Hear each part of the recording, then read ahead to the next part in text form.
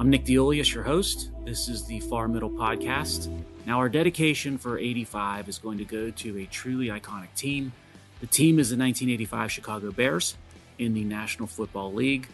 We dedicate episode 88 to Alan Page, the Minnesota Vikings football great. Our sports dedication for episode number 89, Gino Marchetti. In the 85 Bears, they earned the status of iconic for three crucial reasons. First, they were extremely entertaining to watch when playing on the field. It was basically must-see TV back in the day. The data and the accomplishments of that team that year were spectacular. Super Bowl champions, of course, a damn near perfect season, blemished only by one loss, and a season on defense that was truly for the ages when you looked at the statistics. If you remember, a ways back, we dedicated episode 46 to Buddy Ryan, who was the defensive coordinator of the 85 Bears team, and his 46 defense. Well, the greatness of that defense, it showed in the data. 12.4 points per game allowed through the season, 10 points allowed cumulatively through 3 playoff wins on the road to Super Bowl victory. Enough said. And the third and last reason that the 85 Bears enjoy iconic status, the 85 Bears definitely enjoyed the it factor. Consider the personalities on that team. You had Walter Payton, one of the greatest running backs in football history. Jim McMahon, a quarterback. You had the monsters of the Midway when it came to defense. Mike Singletary's eyes, William the Refrigerator Perry, and so on. Heck, even the coaches brought the it factor when it came to personalities. You had Hall of Famer and Pittsburgh native Mike Ditka as the head coach, of course. And as I said, the charismatic and at the same time volatile Buddy Ryan as the defensive coordinator. That is truly a team of personalities. And what I always find strange about the Bears team in 85 was despite their greatness, they managed to catch lightning in a bottle for only one singular but epic season.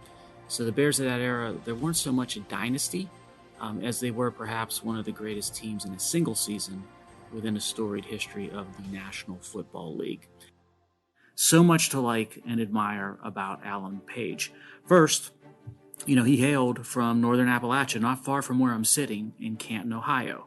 And yeah, that's the same Canton, Ohio that is home to the Pro Football Hall of Fame, where Alan Page ended up with his bust in after he retired from the NFL. And here's an even more uncanny fact about Alan Page in the Hall of Fame.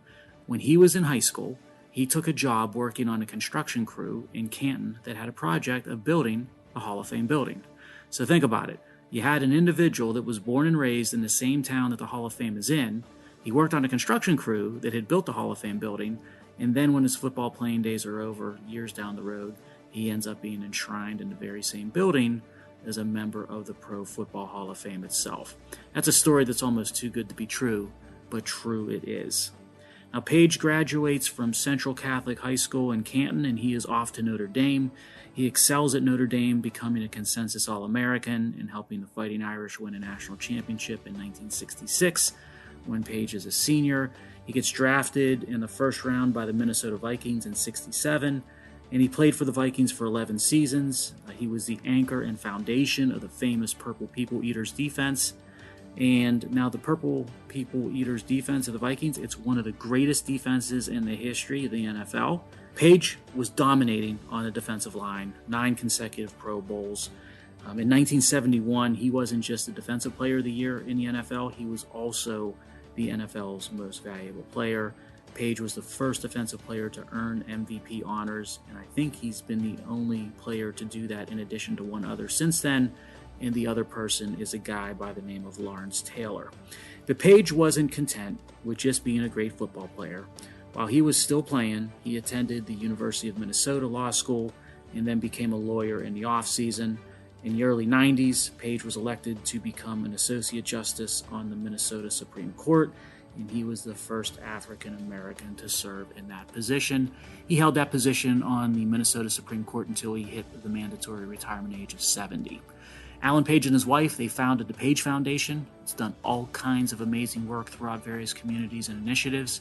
And just to cap off the most well-rounded of well-rounded lives, Alan Page, when he was still playing with the Vikings, he found the time to become a competitive long-distance runner, and he's competed in numerous marathons.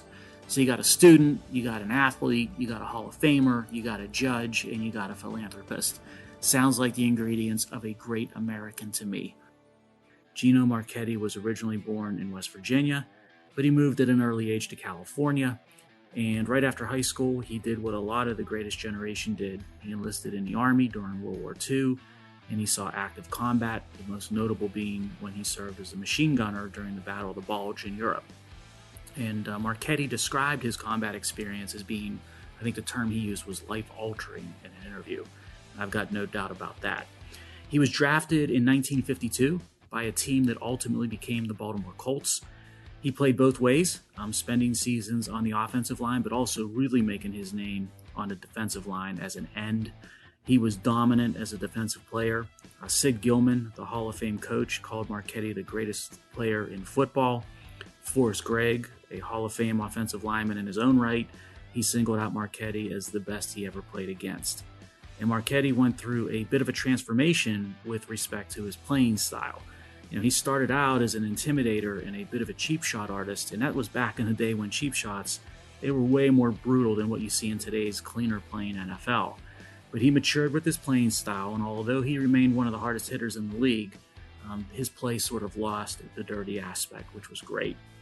And Gino Marchetti became a successful businessman after his football playing days.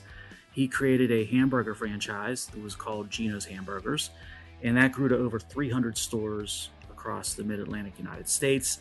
Marriott ended up acquiring the company in the early 1980s, and they folded it into its Roy Rogers franchise. So if you ate at a Roy Rogers somewhere in the mid-Atlantic United States, it very well could have been originally a Gino's Hamburgers joint that you were eating at. Now, how great was Marchetti in the context of the history of the NFL? 9 straight Pro Bowls, and that was a streak that was stopped only by a broken ankle that he suffered during the championship game. And he's on the NFL 1950s All-Decade team, the 50th anniversary all-time team, the 75th anniversary all-time team, and the 100th anniversary all-time team. So Gino Marchetti is a player for the ages and might be the greatest player that most people never even heard of.